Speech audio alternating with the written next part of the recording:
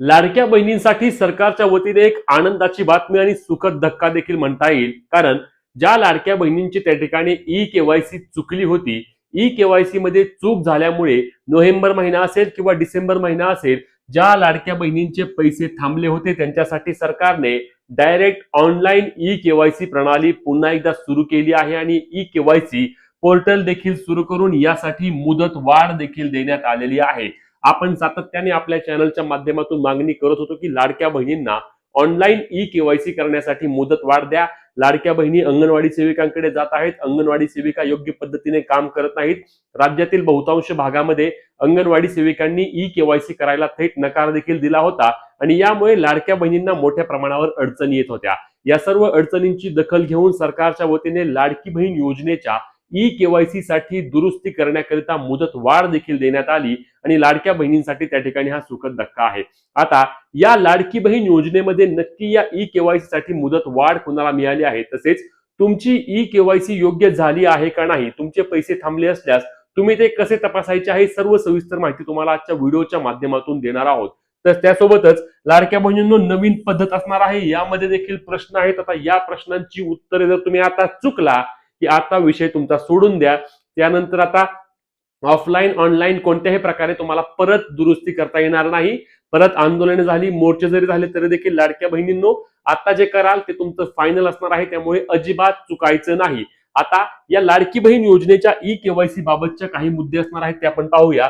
तर सर्वात पहिली आणि आनंदाची बाब म्हणजे 31 मार्च 2026 पर्यंत मुदत वाढ झाली आहे. म्हणजे साधारणपणे 2 महिने लाडक्या बहिणींना त्या ठिकाणी ई केवायसी मध्ये दुरुस्त करण्यासाठी सरकारच्या वतीने संधी उपलब्ध करून देण्यात आलेली आहे. मोठी मुदत आहे, काहीही अडचण नाही. राज्यामध्ये जवळपास 70-75 लाख अशा महिला आहेत की ज्यांची ई केवायसी बाबतच्या अडचणी होत्या, ज्यामध्ये साधारणपणे 27-28 लाख हा सुरुवातीचा आकडा आहे. ज्यामध्ये ज्या लाडक्या बहिणींची ई केवायसी चुकल्यामुळे त्यांना योजनेचे पैसे काहींना नोव्हेंबर महिन्यापासून बंद झाले होते, काहींना डिसेंबर महिन्यापासून योजनेचे पैसे त्या ठिकाणी बंद झाले होते. आता यातील अजून एक महत्त्वाचा मुद्दा म्हणजे लक्षात घ्या की ज्या लाडक्या बहिणींची ई केवायसी चुकली आहे, प्रश्न निवडताना ज्यांच्याकडून चूक झाली होती, केवळ त्यांनाच ही दुरुस्ती आलेली आहे. ज्यांनी लाडकी बहीण योजनेची ई केवायसी केलीच नव्हती, म्हणजेच की ज्या प्रलंबित होत्या, त्यांना या ठिकाणी अपडेट नाही, म्हणजेच की त्यांची ई केवायसी होत नाही.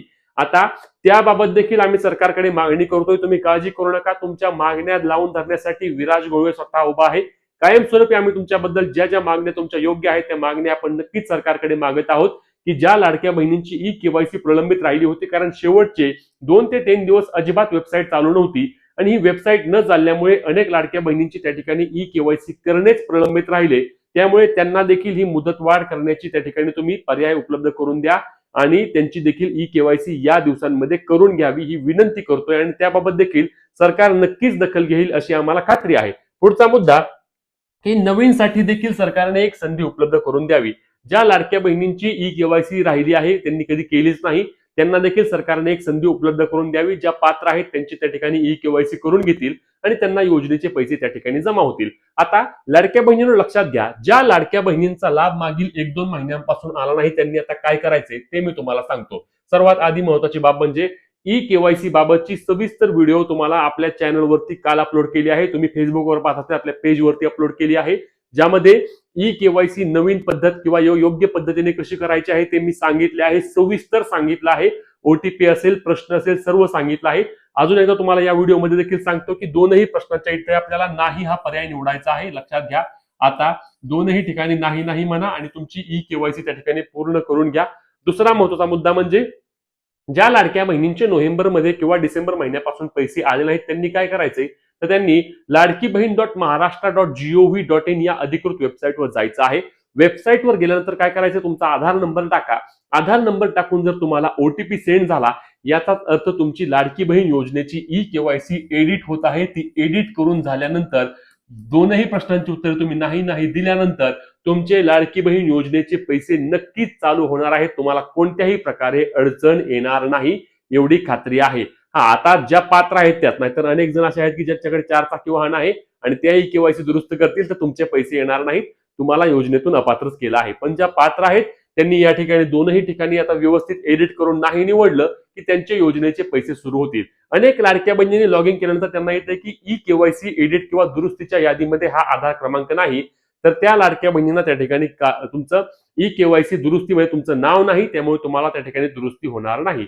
ज्या लाडक्या बहिणींनी आधार नंबर टाकल्यानंतर त्या ठिकाणी येईल की या आधार नंबरची ई केवायसी आधीच झाली आहे, त्यांना देखील कोणत्याही प्रकारे घाबरून जाण्याची आवश्यकता नाही.